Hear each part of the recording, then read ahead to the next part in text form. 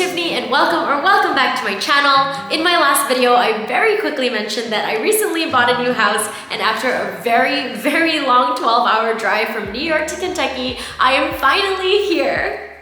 And maybe you're wondering, Tiffany, why in the world would you buy a house in Kentucky when you live in New York? well, my partner is from Kentucky and we wanted a place to stay whenever we were visiting his family, and the plan is to also use it as an Airbnb whenever we're not here. It's definitely a fixer-upper and I have a ton of ideas for renovations as well as some DIYs, but I wanted to give you all an empty house tour. Before I show you the house, I wanted to say a quick thank you to Blue Land for sponsoring this video and sending us our very first package to this house. I'll talk more about them later, and let's get started. Starting with the living room, I'm really not quite sure what I want to do with this space yet, but I know I want to keep it pretty light and neutral. I'm also a little bit limited because we want to furnish it with things that we already own or trying to only buy secondhand. And we do have a dark brown leather couch that we are planning to put in this space, so I'm basically just going to try to build around that. It's a pretty decent size and gets really nice light coming through these large front windows. This is kind of the vibe that I'm going for. I want to try to keep things pretty light and airy to balance out the dark couch. There is the cutest little fireplace though that definitely needs a little bit of an update.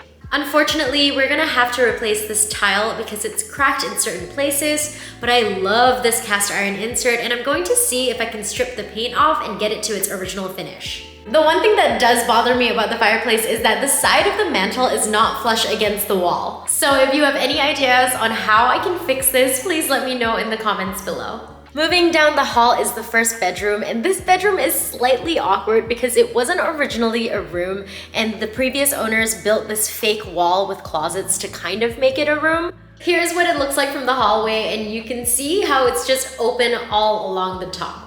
So my plan for this room is to demo the closets and build a new wall that goes all the way up to the ceiling.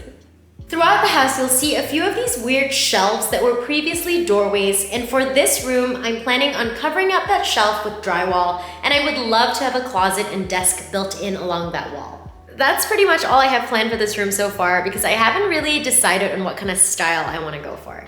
Next is the half bath, and this bathroom is actually built on top of what used to be the side porch, so there may be some road bumps once we start doing the demo. I'm not sure why, but I really want this bathroom to be pink. I've seen so many gorgeous pink tiles on Pinterest, so I'm really gravitating towards that right now.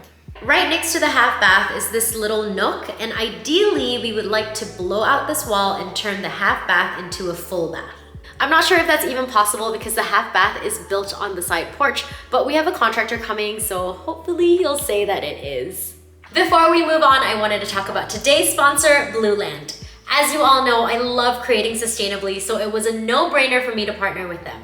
I love Blue Land, and I've actually been using their products for several years. This was back when I was first learning about sustainability, and I remember that making the switch to Blue Land was one of the first active choices that I made to try to reduce my single-use plastic waste. I was really drawn to the idea of being able to use the same bottle over and over again, and I was pleasantly surprised at how affordable it was and how effectively it worked. All you have to do is fill up the reusable bottle with warm to hot water, drop in the tablet, and it's ready to use. As an added bonus, this is EPA certified, is made with only clean ingredients, and is vegan and cruelty-free. This is one of the easiest choices you can make to try to live a little more sustainably, and if you click the link down below, you can get 20% off your first kit. Moving on with the tour, up next is the smallest bedroom, and I think I want it to be slightly eclectic. I would love to have a really fun and bright wallpaper as an accent wall. This room is also a little challenging because the access to the attic is in the closet, and the layout of this closet is really not functional at all. Here's the inside of the closet, and this ladder here leads up to the attic, and on the other side we have the closet that is pretty deep, but you can see how the space is just not being used effectively. Plus, it's kind of gross and scary in here.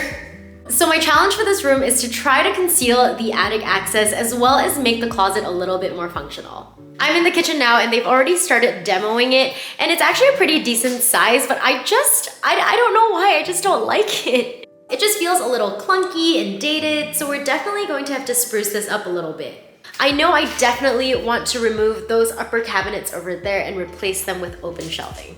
I'm hoping to replace this tile with something lighter and brighter, and I'm also planning on refreshing the lower cabinets with some paint. Here are some inspiration photos of some kitchens that I like and the vibe that we're going for.